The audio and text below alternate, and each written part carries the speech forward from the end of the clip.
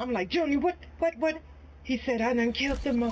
And my heart dropped. I said, what are you talking about? Where are you? He said that he cut him up with a machete. Guests at the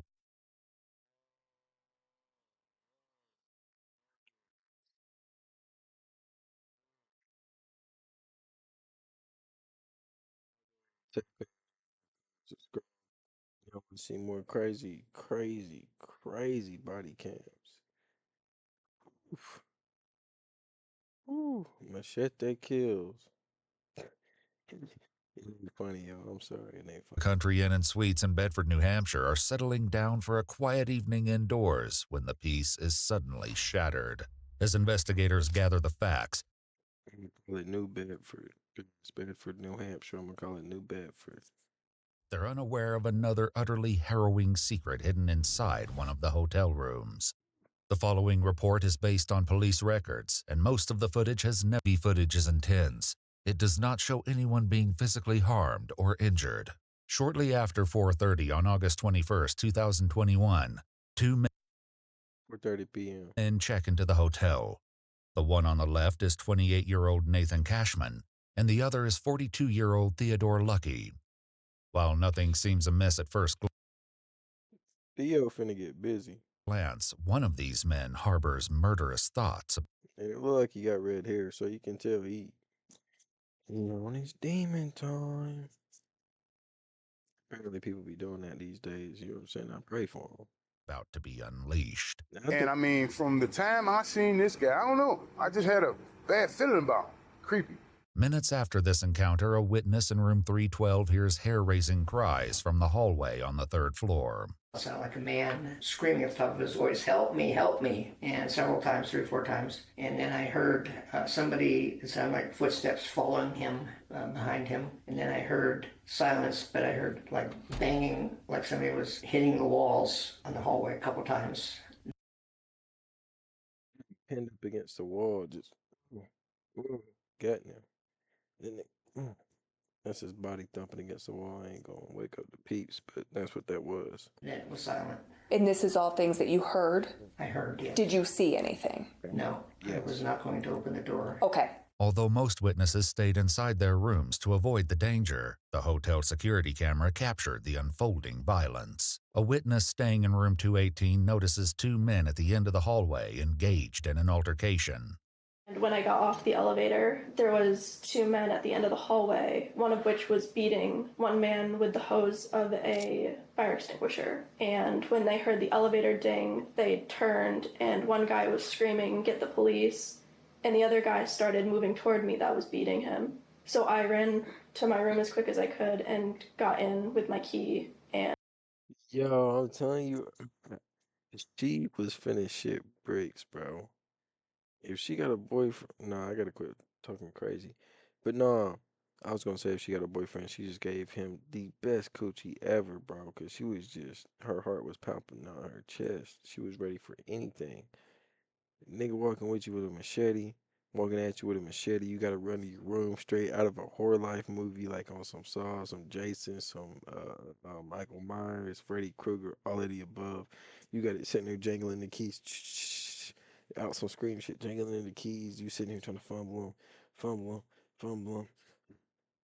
Finally got the key. They getting closer, just walking slow and shit. Slow, bro. They just walk. She said it too. She said he was walking towards me. And then boom, she got in the room right before slammed the door, locked it, shut it, fell to the ground. She was sitting there. And then she realized, I gotta call 911. And she hopped up real quick. That's a whole straight out of a movie, but it's real life. If we had a 4K on this, bro, it would have been a movie. Literally. And y'all would have thought it was like an actual movie. No, it actually happened. And then I called the main desk about 8 or 9 times and couldn't get through. And then about 10 minutes later, I had police knocking on my door. Photographs taken of Oh, he crazy. He walking up to him for real. He walking up to him for real with a machete, bro. That is crazy. And then about While bro is sitting here running to every door trying to get help. And this dude out here with a machete just walking slow towards him. Then he runs on him at the last second. 10 minutes later, I had police knocking on my door. Photographs taken of the crime scene show glimpses of this encounter near the second-floor window as guests struggle to avoid the bedlam. One of the witnesses describes a desperate decision Nathan was forced to take in a panicked attempt to save himself. And when I came out, I look up. I said, oh, man. Take in a panicked attempt to save. Looks like that's it right there, but there's no blood. You would see blood. Looks like it right there. Looks like he was trying to either the fire extinguisher, the bottom of it, or an edge on it, or the machete was, he was trying to stab bro with the machete, and that's where he punctured him. Bro dodged all this. I'm no expert. I'm just telling y'all. Himself. And when I came out, I look up. I said, oh, man, this dude jumped out the window trying to save his life. You know what I'm saying? There's blood all on the window. The frame of the window's on the ground, right? Wendell? Who is that? Who's Wendell?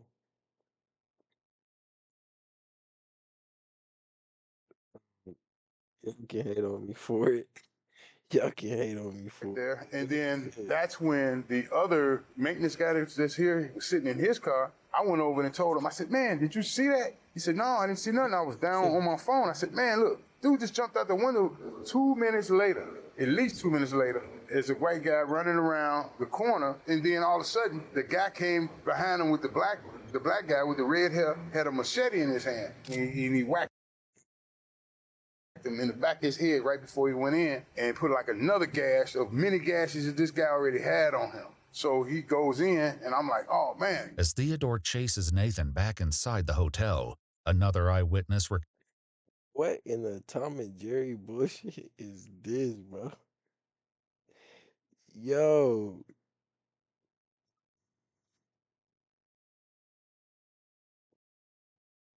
So you want me to believe, bro, jumps out the window, bro, runs all the way back down to the first floor, chases bro back inside the hotel. Then they gonna run back up to the top level, jump back out the window, run back.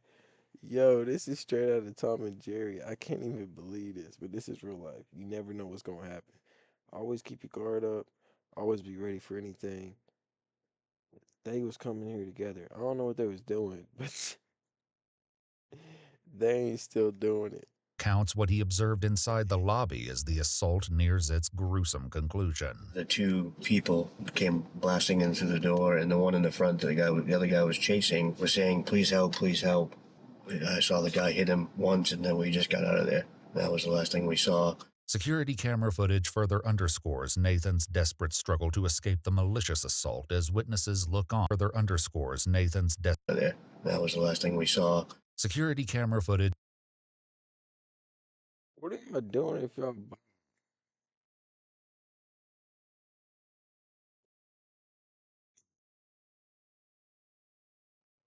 My gosh, I'm fucked up for that.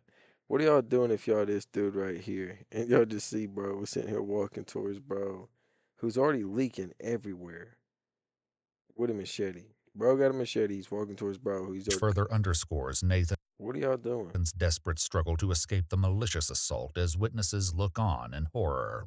As Theodore continues his relentless attack against Nathan, the front desk clerk inexplicably puts himself in grave danger while he's on the phone with a 911 operator. While it may seem that this situation is coming to an end, Theodore is just getting started, and another horrifying discovery remains to be uncovered behind the closed doors of this hotel. This horrifying attack in the lobby lasted almost...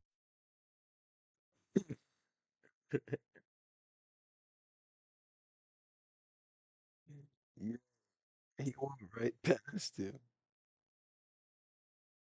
Is getting started, and this horrifying attack in He walked right past him with the machete.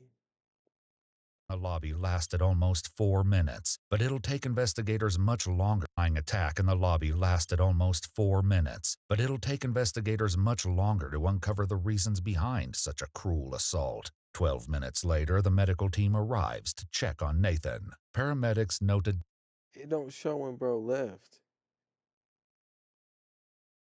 it'll take investigators much longer to uncover the reasons behind such a cruel assault.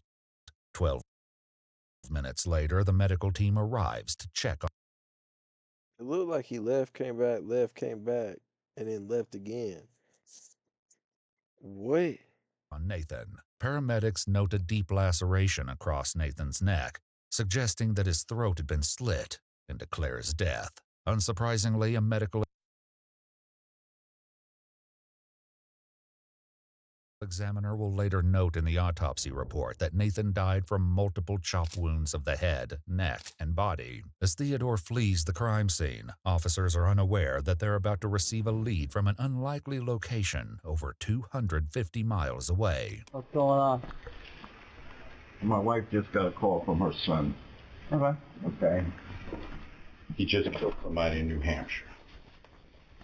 Okay, he just got out of prison, apparently, and it's been back and forth down here. She come home, she's all upset. I'm watching the game, me and my cousin, she blew my high. She tells me, Junior just killed someone. Where the hell is Junior at?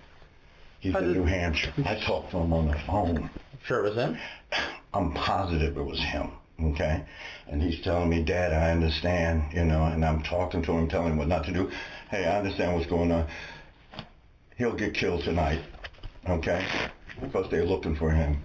More officers from the Asbury Park Police Department in New Jersey arrive on the scene, and Theodore's mother, Vivian Brown, relays vital information. Kill him.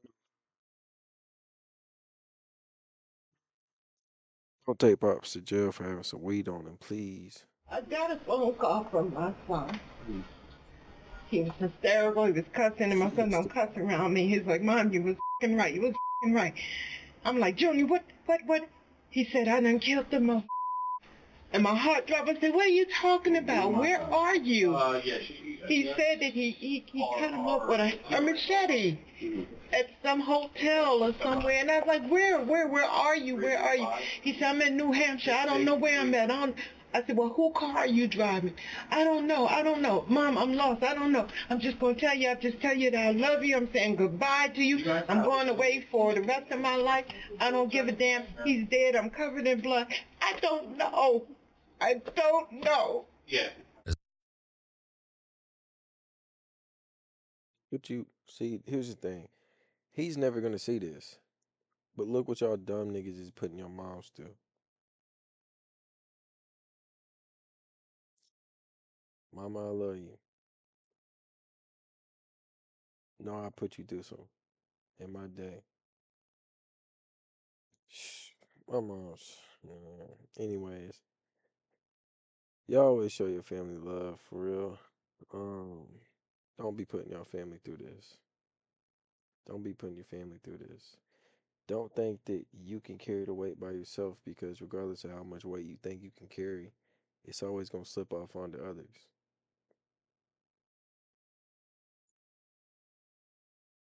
New Jersey officers dispatch this information to the New Hampshire State Police.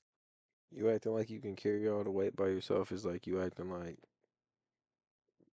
your girl don't care about you, your husband don't care about you, your moms don't care about you, your pops don't care about you, your family, brother, sister, uncles, aunties, cousins, your grandparents, even the ones that's done passed. This you acting like they don't care about you. Think about it.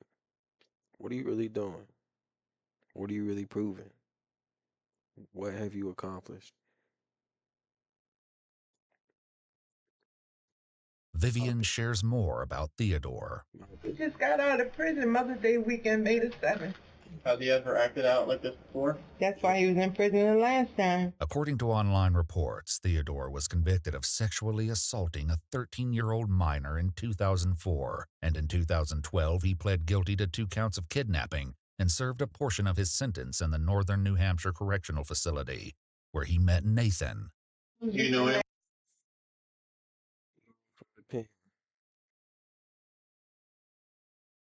By Nate or Nathan? He just got out of prison too. Okay. Evidently they were lovers in prison.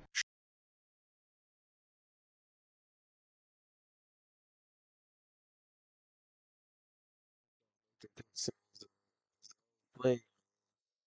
That's what happened. Nathan texting his old flame, he got jealous. They was hooked up in prison, but he said, Nathan, I want you forever. And Nathan said, I got this whole thing, and he killed him. I ain't gonna speak on that, man. You know what I'm saying? Love for everybody, but damn, that's crazy. That's crazy.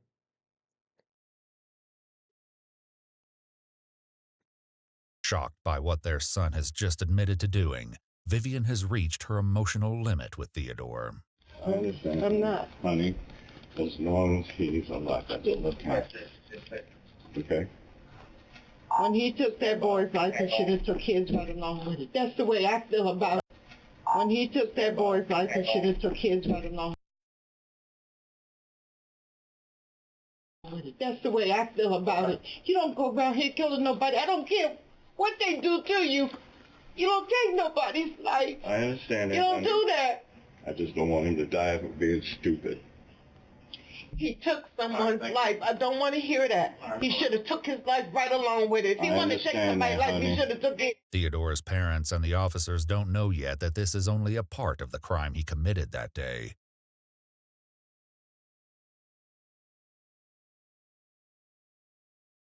What do you see wrong with this?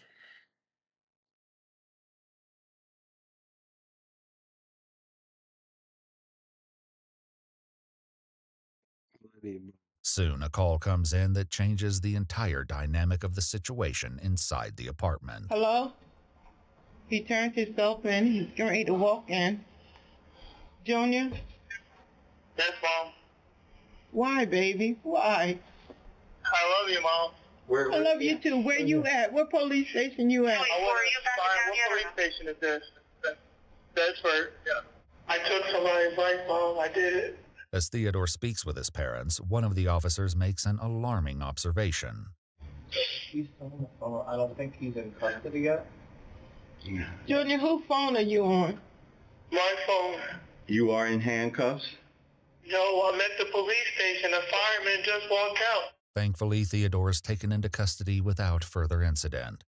As detectives escort him into an interrogation room and read him his Miranda rights, they will soon confront him about yet another bone-chilling discovery made at the hotel. Nathan was my boyfriend. Okay. What? I could tell with the Fruit Loop hair. How long have you guys been dating? Over 3 years. Okay.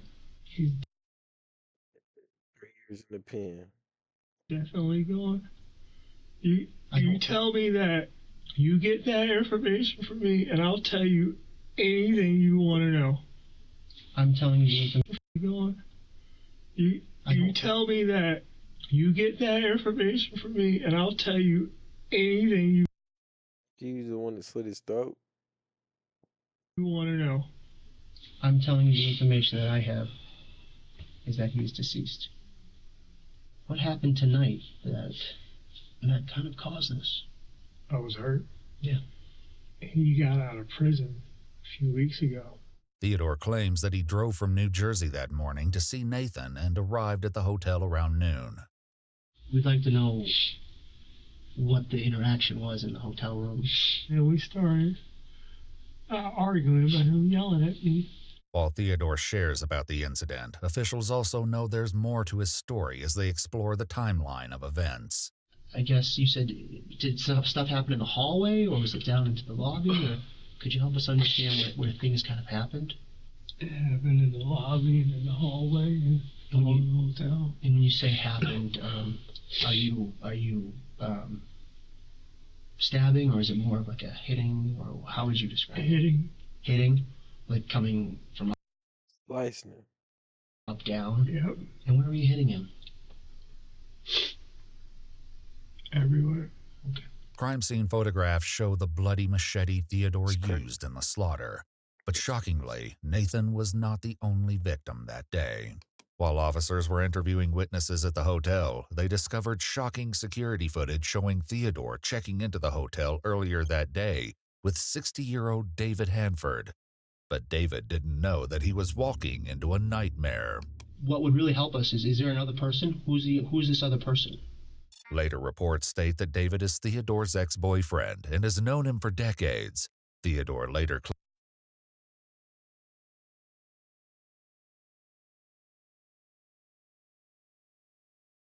claimed that David believed they were at the hotel for a romantic weekend and knew nothing about his plans for Nathan. Who's the other gentleman that you were asking about? Is he Dave? Dave? Okay. Where was Dave? In the room. So Dave was also in the room?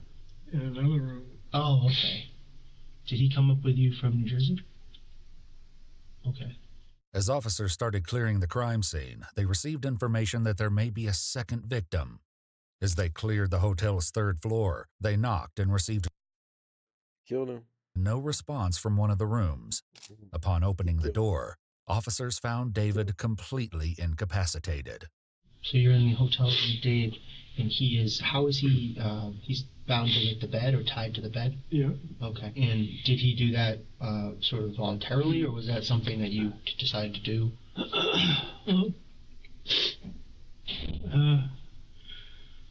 David, well, more so him, he likes the whole SM and bondage type thing. They found David covered in a hotel blanket with a belt wrapped around his neck and clear tape covering his nose and mouth. It appeared he'd been dead for some time.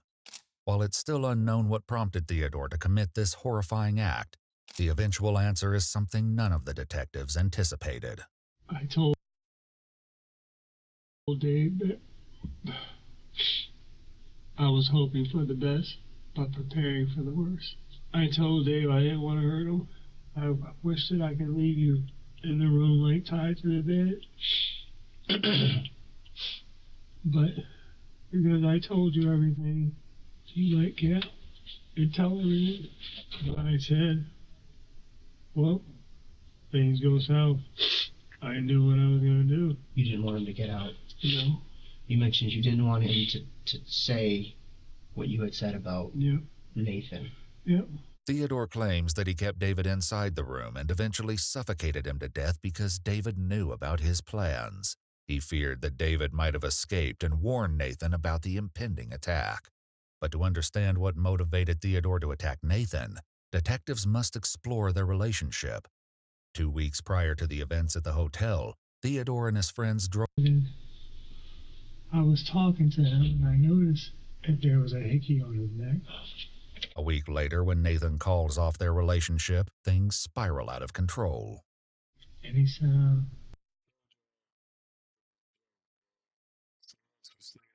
know what I'm saying? On his sausage hole. He was breaking up. I said, why? That's when he told me he had slept with some girl. Less than 2 weeks ago, you were telling me that you want to be with me, you want to marry me, and now you're moving in with your ex-girlfriend. He told me that he wanted to see me. Of course, I wanted to see him. Was that the plan today, just to meet up and to talk? Get this nigga some food too. Or it was... Yeah. We laid in the bed together. He told me that it felt weird because in his head, he'd say he felt like he was cheating on his ex-girlfriend. Minutes after this statement, the attack begins. I wanted to hurt him. I wanted him to feel the...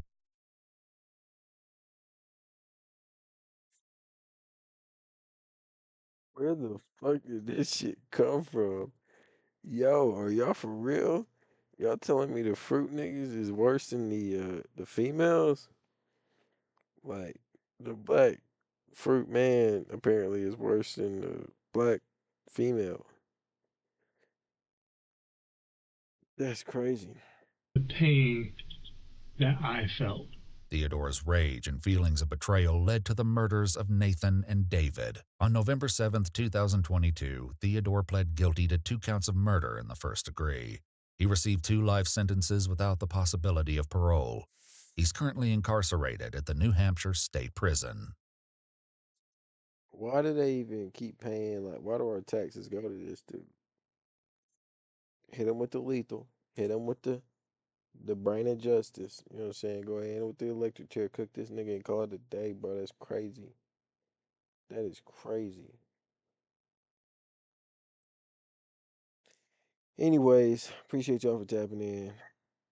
Let me know what y'all think in the comments, cause this was crazy. Like, comment, subscribe. Peace.